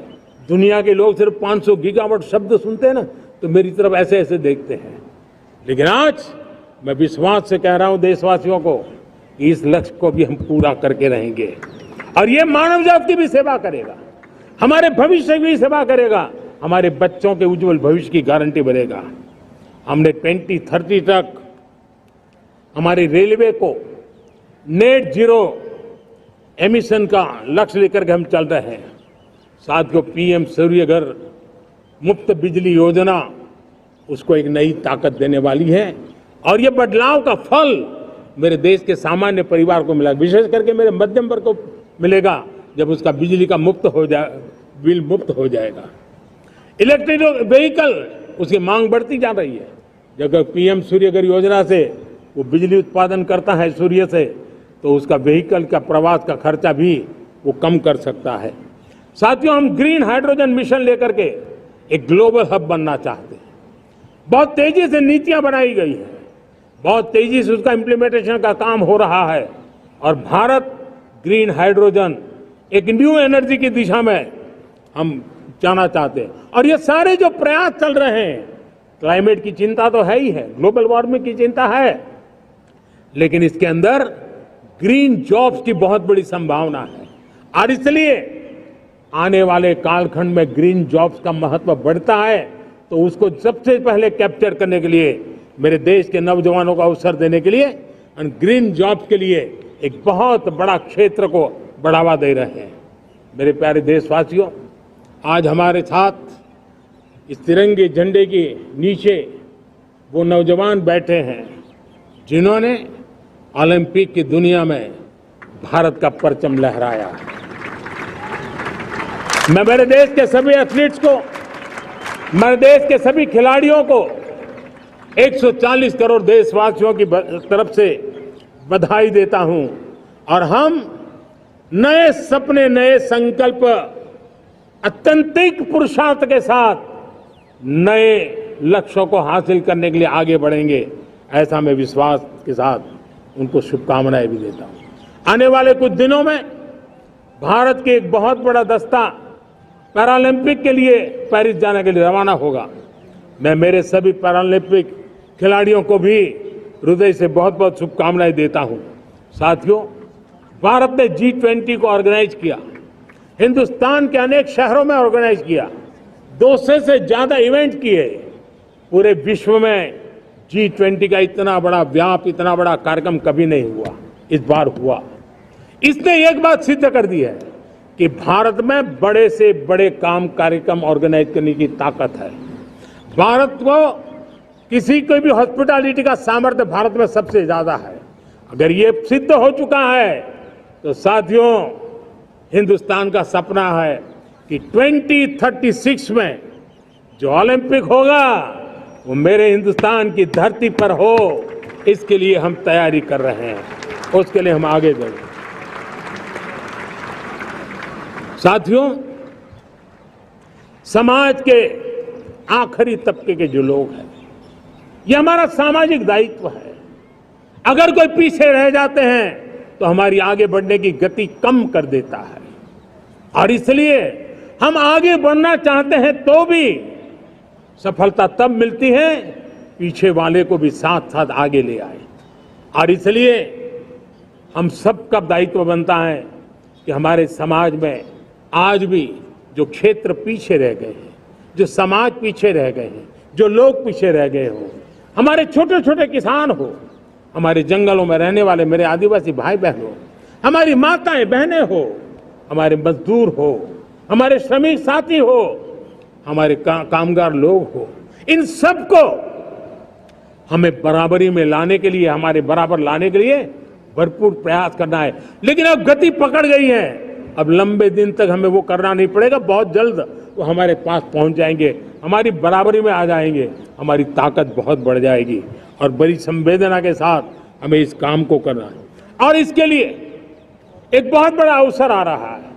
मैं मानता हूं संवेदनशीलता की दृष्टि से इससे बड़ा अवसर क्या हो सकता है। हमें पता है 1857 के स्वतंत्र संग्राम के पहले भी अंग्रेजों के नाक को दम करने वाला हमारा देश का एक आदिवासी युवक था। 20-22 साल की उम्र में उसने अंग्रेजों के नाक को दम ला दिया था, जिसको आज भगवान बिरसा मुंडा के रूप में लोग पूजा करते हैं। भगवान बिरसा मुंडा की 150वीं जयंती आ रही है। ये हम सबके लिए प्रेरणा का कारण बने। समाज के प्रति छोटा व्यक्ति भी देश के लिए कैसी जज्बात रखता है, उससे बड़ी प्रेरणा भगवान बिरसा मुंडा से अधिक कौन हो सकता है। आइए हम भगवान बिरसा मुंडा की 150वीं जयंती जब मनाएं, संवेदनशीलता का हमारा व्याप बढ़े, समाज के प्रति हमारा ममभाव बने। हम समाज के हर एक व्यक्ति को, गरीबों को, दलित को, पिछड़ों को, आदिवासियों को, हर एक को हम अपने साथ लेकर के चले। इस संकल्प को लेकर के चलना है। मेरे प्यारे देशवासियों, हम संकल्प के साथ तो बढ़ तो रहे हैं, बहुत आगे बढ़ रहे हैं, लेकिन ये भी सच है कि कुछ लोग होते हैं जो प्रगति देख नहीं सकते। कुछ लोग होते हैं जो भारत का भला सोच नहीं सकते हैं। जब तक खुद का भला न हो तब तक उनको किसी का भला अच्छा नहीं लगता है। ऐसी विकृत मानसिकता से भरे हुए लोगों की कमी नहीं होती है। देश को ऐसे लोगों से बचना होगा। वे निराशा की गर्त में डूबे हुए लोग हैं। ऐसे मुट्ठी भर निराशा की गर्त में डूबे हुए लोग, जब उनके गोद में विकृति पलती है तब वो विनाश का कारण बन जाती है, सर्वनाश का कारण बन जाती है, एनार्की का मार्ग ले लेती है, और तब देश को इतनी बड़ी हानि हो जाती है जिसकी भरपाई करने में हमें नए सिरे से मेहनत करनी पड़ती है। इसलिए ऐसे जो छुटपुट निराशावादी तत्व होते हैं, वो सिर्फ निराशा इतना नहीं है,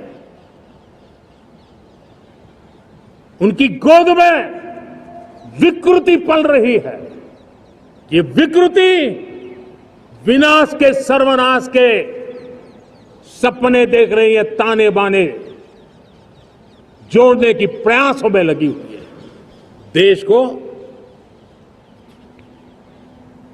इसे समझना होगा। लेकिन मैं देशवासियों को कहना चाहता हूं कि हम हमारी नेक नीयत से, हमारी ईमानदारी से, राष्ट्र के प्रति हमारे समर्पण से हम सारी परिस्थितियों के बावजूद भी विपरीत मार्ग पर जाने वालों के लिए भी उनके भी दिल जीत करके हम देश को आगे बढ़ने के हमारे संकल्प में कभी भी पीछे नहीं हटेंगे, ये मैं विश्वास दिला चाहता हूं। साथियों, चुनौतियां हैं, अनगिनत चुनौतियां हैं। चुनौतियां भीतर भी है, चुनौतियां बाहर भी है। और जैसे जैसे हम ताकतवर बनेंगे, जैसे जैसे हमारा तवज्जो बढ़ेगा, तो चुनौतियां भी बढ़ने वाली है, बाहर की चुनौतियां और बढ़ने वाली है। और मुझे उसका भली भांति अंदाज है। लेकिन मैं ऐसी शक्तियों को कहना चाहता हूं, भारत का विकास किसी के लिए संकट लेकर के नहीं आता। हम विश्व में समृद्ध थे, तब भी हमने कभी दुनिया को युद्ध में नहीं झोंका है।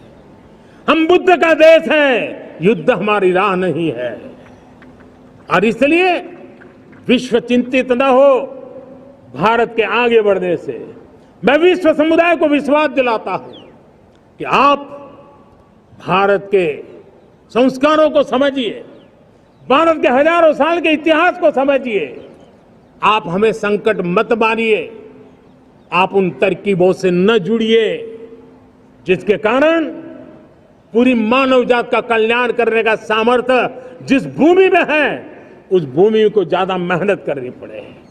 लेकिन फिर भी मैं देशवासियों को कहना चाहता हूं, चुनौतियां कितनी ही क्यों न हो, चुनौती को चुनौती देना ये हिंदुस्तान की फितरत में है। न हम डिगेंगे, न हम थकेंगे, न हम रुकेंगे, न हम झुकेंगे। हम संकल्पों की पूर्ति के लिए 140 करोड़ देशवासियों का भाग्य बदलने के लिए, भाग्य सुनिश्चित करने के लिए, राष्ट्र के सपनों को साकार करने के लिए हम कोई कोर कसर नहीं छोड़ेंगे। हर बदनीयत वालों को हम हमारी नेक नीयत से जीतेंगे, ये मैं विश्वास देता हूं। मेरे प्यारे देशवासियों, समाज की मनोरचना में भी बदलाव कभी कभी बहुत बड़ी चुनौती का कारण बन जाता है। हमारा हर देशवासी भ्रष्टाचार की दिमक से परेशान रहा है। हर स्तर के भ्रष्टाचार ने सामान्य मानवीय का व्यवस्थाओं के प्रति विश्वास तोड़ दिया है। उसको अपनी योग्यता, क्षमता का प्रति अन्याय की जो गुस्सा होता है, वो राष्ट्र की प्रगति में नुकसान करता है। और इसलिए हमने व्यापक रूप से भ्रष्टाचार के खिलाफ एक जंग छेड़ा है। मैं जानता हूं इसकी कीमत मुझे चुकानी पड़ती है, मेरी प्रतिष्ठा को चुकानी पड़ती है, लेकिन राष्ट्र से बड़ी मेरी प्रतिष्ठा नहीं हो सकती है, राष्ट्र के सपनों से बड़ा मेरा सपना नहीं हो सकता। और इसलिए ईमानदारी के साथ भ्रष्टाचार के खिलाफ मेरी लड़ाई जारी रहेगी, तीव्र गति से जारी रहेगी और भ्रष्टाचारियों पर कार्रवाई जरूर होगी। मैं भ्रष्टाचारियों के लिए भय का वातावरण पैदा करना चाहता हूं, ताकि देश के सामान्य नागरिक को लूटने की जो परंपरा बनी है, उस परंपरा को मुझे रोकना है। लेकिन सबसे बड़ी नई चुनौती आई है, भ्रष्टाचारियों से निपटना तो है ही, लेकिन समाज जीवन में उच्च स्तर पर एक जो परिवर्तन आया है, वो सबसे बड़ी चुनौती भी है और एक समाज के लिए सबसे बड़ी चिंता भी है। क्या कोई कल्पना कर सकता है कि मेरे ही देश में इतना महान संविधान हमारे पास होने के बावजूद भी कुछ ऐसे लोग निकल रहे हैं जो भ्रष्टाचार का महिमा मंडन कर रहे हैं, खुलेआम भ्रष्टाचार का जय जयकार कर रहे हैं। समाज में इस प्रकार के बीज बोने का जो प्रयास हो रहा है, भ्रष्टाचार का जो महिमा मंडन हो रहा है, भ्रष्टाचारियों की स्वीकार्यता बढ़ाने का जो निरंतर प्रयास चल रहा है, वो स्वस्थ समाज के लिए बहुत बड़ी चुनौती बन गया है। बहुत बड़ी चिंता का विषय बन गया है। भ्रष्टाचारियों के प्रति समाज में दूरी बनाए रखने से ही किसी भी भ्रष्टाचारी को उस रास्ते पर जाने से डर लगेगा। अगर उसका महिमा मंडन होगा तो जो आज भ्रष्टाचार नहीं करता है उसको भी लगता है कि तो समाज में प्रतिष्ठा का रंग बन जाता है, उस रास्ते में जाने में बुरा नहीं है। मेरे प्यारे देशवासियों, बांग्लादेश में जो कुछ भी हुआ है उसको लेकर पड़ोसी देश के नाते चिंता होना, मैं इसको समझ सकता हूं। मैं आशा करता हूं कि वहां पर हालात जल्द ही सामान्य होंगे। खास करके 140 करोड़ देशवासियों की चिंता कि वहां हिंदू, वहां के अल्पसंख्यक, उस समुदाय की सुरक्षा सुनिश्चित हो। भारत हमेशा चाहता है कि हमारे पड़ोसी देश सुख और शांति के मार्ग पर चले। शांति के प्रति हमारा कमिटमेंट है, हमारे संस्कार है। हम आने वाले दिनों में बांग्लादेश की विकास यात्रा में हमेशा हमारा शुभचिंतन ही रहेगा, क्योंकि हम मानव जाति की भलाई सोचने वाले लोग हैं। मेरे प्यारे देशवासियों, हमारे संविधान को 75 वर्ष हो रहे हैं। भारत के संविधान के 75 वर्ष की यात्रा देश को एक बनाना, देश को श्रेष्ठ बनाने में बहुत बड़ी भूमिका रही है। भारत के लोकतंत्र को मजबूती देने में हमारे देश के संविधान की बहुत बड़ी भूमिका रही। हमारे देश के दलित, पीड़ित, शोषित, वंचित को सुरक्षा देने का बहुत बड़ा काम हमारे संविधान ने किया है। अब जब संविधान के 75 वर्ष हम मनाने जा रहे हैं, तब हम देशवासियों ने संविधान में निर्दिष्ट कर्तव्य के भाव पर बल देना बहुत जरूरी है। और जब मैं कर्तव्य की बात करता हूं, तब मैं सिर्फ नागरिकों पर बोझ बनाना नहीं चाहता। कर्तव्य केंद्र सरकार के भी है, कर्तव्य केंद्र सरकार के हर मुलाजिम के भी है, कर्तव्य राज्य सरकारों के भी है, राज्य सरकार के हर मुलाजिम के हैं, कर्तव्य हर स्थानीय स्वराज संस्था के हैं, चाहे पंचायत हो, नगर पालिका हो, महानगर पालिका हो, तहसील हो, जिला हो, हर किसी के कर्तव्य है। लेकिन साथ साथ 140 करोड़ देशवासियों की कर्तव्य है। अगर हम सब मिल करके अपने कर्तव्यों का निर्वाह करेंगे तो हम अपने आप औरों के अधिकारों की रक्षा करने के लिए निमित्त बनेंगे। और जब कर्तव्य का पालन होता है तब अधिकारों की रक्षा निहित होती है, उसके लिए कोई अलग से प्रयास करने की जरूरत नहीं पड़ जाती है। मैं चाहता हूं कि हमारे इस भाव को लेकर हम चलेंगे, हमारा लोकतंत्र भी मजबूत होगा, हमारा सामर्थ्य और बढ़ेगा और हम एक नई शक्ति के साथ आगे बढ़ेंगे।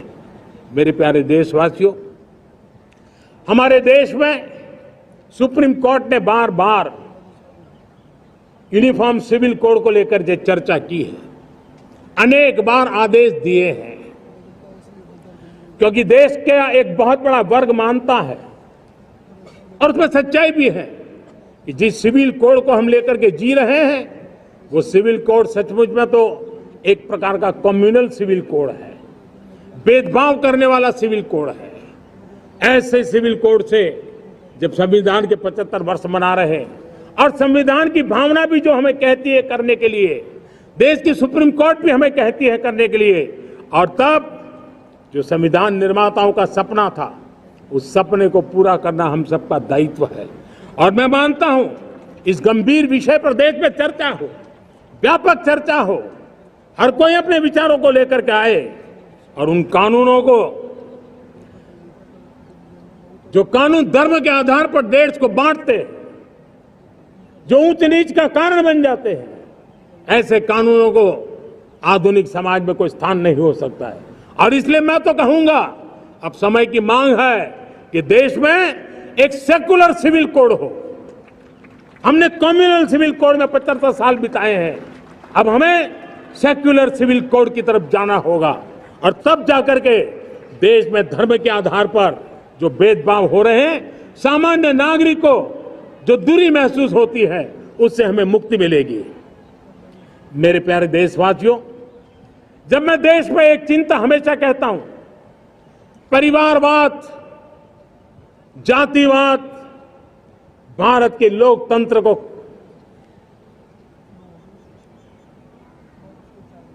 बहुत नुकसान कर रहा है। देश को, लोक राजनीति को हमें परिवारवाद और जातिवाद से मुक्ति दिलानी होगी। आज मैं देख रहा हूं मेरे सामने जो नौजवान है, उसमें लिखा हुआ है माय भारत, जिस संगठन का नाम है उसकी चर्चा लिखी है, यहां बहुत बढ़िया तरीके से लिखा हुआ है। माय भारत के अनेक मिशन है। एक मिशन ये भी है कि हम जल्द से जल्द देश में राजनीतिक जीवन में जनप्रतिनिधि के रूप में 1 लाख ऐसे नौजवानों को आगे लाना चाहते हैं।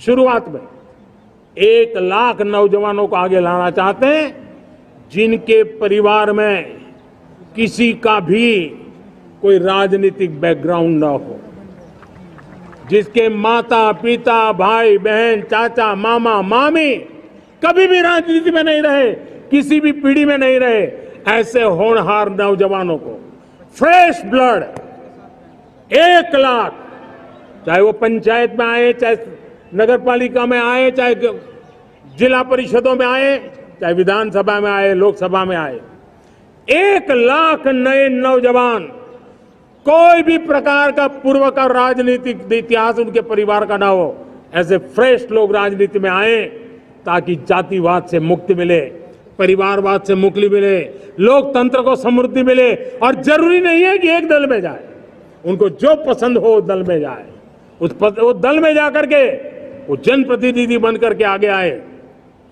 देश तय करके चले कि आने वाले दिनों में 1 लाख ऐसे नौजवान जो परिवार राजनीति से दूर दूर का संबंध नहीं है, ऐसे फ्रेश ब्लड आएंगे तो सोच भी नहीं आएगी, सामर्थ्य भी नहीं आएगा, लोकतंत्र समृद्ध होगा। और इसलिए हमें इस दिशा में आगे होना है। और मैं चाहूंगा कि देश ने बार बार चुनाव इस देश की प्रगति में रुकावट बन रहे हैं, गतिरोध पैदा कर रहे हैं। आज कोई भी योजना को चुनाव के साथ जोड़ देना आसान हो गया है, क्योंकि हर 3 महीने 6 महीने कहीं न कहीं चुनाव चल रहा है। कोई भी योजना जाहिर करोगे आप तो मीडिया में देखेंगे, चुनाव आया तो फलाना हो गया, चुनाव आया तो फलाना हो गया। हर काम को चुनाव के रंग से रंग दिया गया है। और इसलिए देश में व्यापक चर्चा हुई है, सभी राजनीतिक दलों ने अपने विचार रखे हैं। एक कमेटी ने बहुत बढ़िया अपना रिपोर्ट तैयार किया है। 1 नेशन 1 इलेक्शन के लिए देश को आगे आना होगा। मैं लाल किले से तिरंगे की साक्षी में देश के राजनीतिक दलों से आग्रह करता हूं, देश के संविधान को समझने वाले लोगों से आग्रह करता हूं कि भारत की प्रगति के लिए, भारत के संसाधनों का सर्वाधिक उपयोग जन सामान्य के लिए हो, उसके लिए 1 नेशन 1 इलेक्शन के सपने को साकार करने के लिए हमें आगे आना चाहिए। मेरे प्यारे देशवासियों, भारत का स्वर्णिम कालखंड है। 2047 विकसित भारत, ये हमारी प्रतीक्षा कर रहा है। बाधाएं, रुकावटें, चुनौतियां, उसको परास्त करके एक दृढ़ संकल्प के साथ ये देश चलने के लिए प्रतिबद्ध है। और साथियों, मैं साफ देख रहा हूं, मेरे विचारों में कोई झिझक नहीं है, मेरे सपनों के सामने कोई पर्दा नहीं है। मैं साफ साफ देख सकता हूं कि यह देश 140 करोड़ देशवासियों के परिश्रम से, हमारे पूर्वजों का खून हमारी रगों में है। अगर वो 40 करोड़ लोग आजादी के सपनों को पूर्ण कर सकते हैं तो 140 करोड़ देशवासी समृद्ध भारत के सपने को साकार कर सकते हैं। 140 करोड़ देशवासी विकसित भारत के सपने को साकार कर सकते हैं। और मैंने पहले भी कहा था कि मेरे तीसरे टर्म में देश तीसरी इकोनॉमी तो बनेगा ही, लेकिन मैं 3 गुना काम करूंगा, 3 गुना तेज गति से काम करूंगा, 3 गुना व्यापकता से काम करूंगा, ताकि देश के लिए जो सपने हैं वो बहुत निकट में पूरे हो। मेरा हर पल देश के लिए है, मेरा हर क्षण देश के लिए है, मेरा कण कण सिर्फ और सिर्फ मां भारती के लिए है। और इसलिए 24/7 और 2047 इस प्रतिबद्धता के साथ आइए मैं देशवासियों का आह्वान करता हूं। हमारे पूर्वजों ने जो सपने देखे थे उन सपनों को हम संकल्प बनाए, अपने सपनों को जोड़े, अपने पुरुषार्थ को जोड़े और 21वीं सदी जो भारत की सदी है उस सदी में स्वर्णिम भारत बना के रहें, उसी सदी में हम विकसित भारत बना के रहें और उन सपनों को पूरा करते हुए आगे बढ़े। और स्वतंत्र भारत 75 साल की यात्रा के बाद एक नए मुकाम पर बढ़ रहा है, तब हम कोई कोर कसर न छोड़े। और मैं आपको विश्वास दिलाता हूं, आपने मुझे जो दायित्व दिया है मैं कोई कोर कसर नहीं छोड़ूंगा।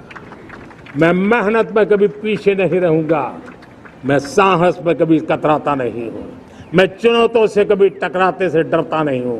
क्यों? क्योंकि मैं आपके लिए जीता हूं, मैं आपके भविष्य के लिए जीता हूं, मैं आप भारत माता के उज्जवल भविष्य के लिए जी रहा हूं। और उस सपनों को पूरा करने के लिए आज राष्ट्र ध्वज के छाया में, तिरंगे की छाया में दृढ़ संकल्प के साथ हम आगे बढ़े। इसी के साथ मेरे साथ बोलिए, भारत माता की, भारत माता की, भारत माता की, वंदे वंदे वंदे वंदे। जय हिंद, जय हिंद, जय हिंद।